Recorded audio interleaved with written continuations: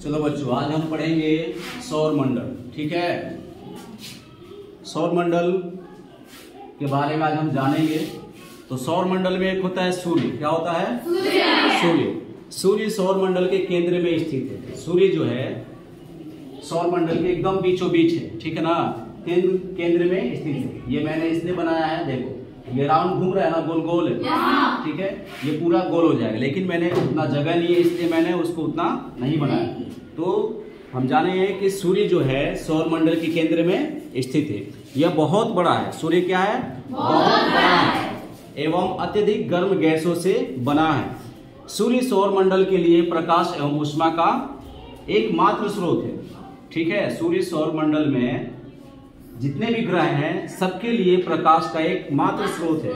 ठीक है, हमारे सौर मंडल का सिर्फ यही एक सूर्य है। ठीक है, बाकी ये जितने ग्रह आप देख रहे हैं इन सब का अपना प्रकाश नहीं है। ठीक है, ये जितने भी ग्रह आप देख रहे हैं कुछ ठोस में है, कुछ गैस में है। ठीक है, यहाँ पे मैंने लिख रखा है कि ठोस ग्रह कौन से और गैस ग्रह कौन से हैं। ठीक है, तो सूर्य के बारे में हम समझ गए। और सूर्य एक तारा है। सूर्य क्या है? तारा। वो ग्रह नहीं है। ठीक है, तो सूर्य क्या है? एक तारा। और ये सूर्य और ये ग्रह मिल करके एक परिवार बनाते हैं जिसे हम सौर परिवार भी कहते हैं। जिसे हम क्या कहते हैं? सौर परिवार। बहुत अच्छे है। ठीक है, अब सूर्य के बारे में हम जान गए कि सूर्य के प्रकाश से सभी ग्रह प्रकाशित होते हैं।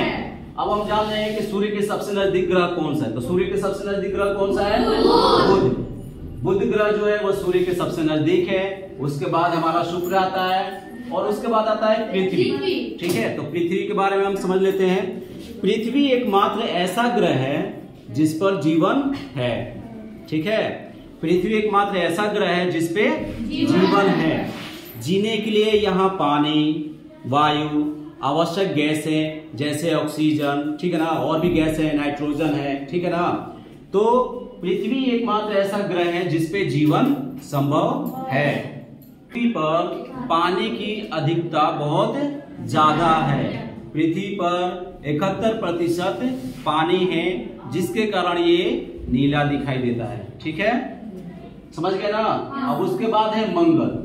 ठीक है, तो हम 4 ग्रहों के बारे में पहले जान लेते हैं कि नहीं किस श्रेणी में रखते हैं। ठीक है, तो बुध, शुक्र, पृथ्वी और मंगल। इसके बाद आप देख रहे हैं कि मैंने ये डॉट डॉट मारा हुआ है। ठीक है, तो ये इसको दर्शाता है पत्थरों को, चट्टानों को।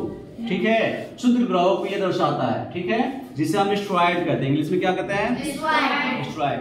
ये भी ग्रहों के टुकड़े हैं जैसे समझ लो। ठीक है, ये भी पहले ग्रह होते थे लेकिन टकरा करके, टूट करके, विस्फोट होकर के ये छोटे छोटे एस्टेरॉयड में बदल चुके हैं।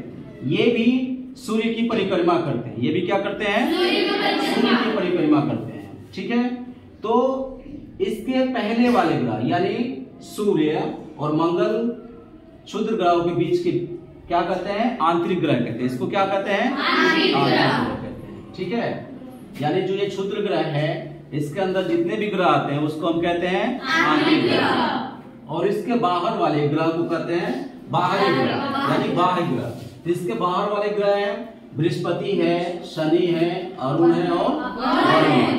ठीक है, तो क्षुद्र ग्रह जो है इसके बाद के ग्रह कौन से हैं? बृहस्पति है, शनि है, अरुण है और वरुण। बहुत अच्छा। ठीक है, इसको विभाजित कौन करता है? यह क्षुद्र ग्रह विभाजित करता है। ठीक है, और ग्रह अब समझते हैं कि ग्रह किसको कहते हैं। ग्रह उसे कहते हैं जो सूर्य की परिक्रमा करता है। जो सूर्य की क्या करता है? परिक्रमा करता है। ठीक है, अपने अक्ष पर, अपने लाइन पर ही वो सूर्य की परिक्रमा करता है, यानी चारों तरफ उसके चक्कर लगाता है और अपने अक्ष पे भी वो घूमता रहता है। ठीक है, तो ग्रह हो गए ये सब। और इसको आसान, एकदम आसान तरीके से याद करने का मैं फॉर्मूला बताता हूँ आपको। सबसे आसान तरीके का, हमारे ग्रह कितने हैं टोटल? 8 ग्रह। कितने ग्रह हैं? 8 ग्रह हैं। ठीक है, तो और सप्ताह के दिन कितने होते हैं?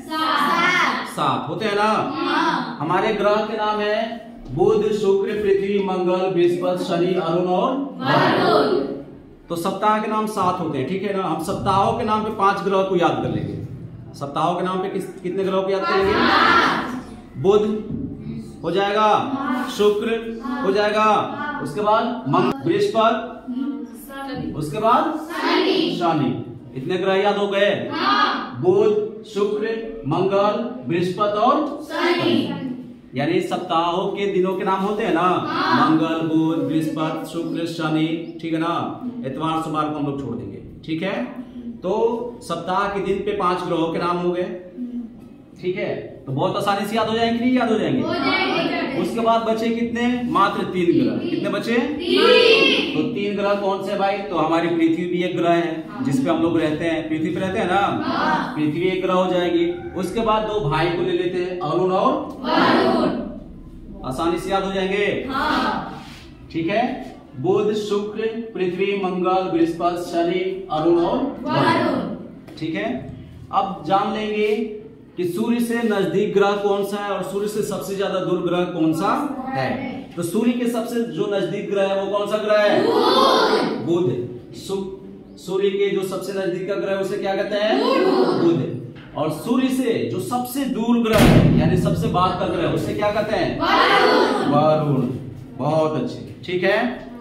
और अब आप लोगों से एक सवाल है, ऐसा ग्रह का नाम बताइए जिसपे जीवन संभव है। पृथ्वी, ठीक है। पृथ्वी पे ही नाम कहते हैं। इन सभी ग्रहों में मात्र पृथ्वी एक ऐसा ग्रह है जिसपे जीवन संभव है।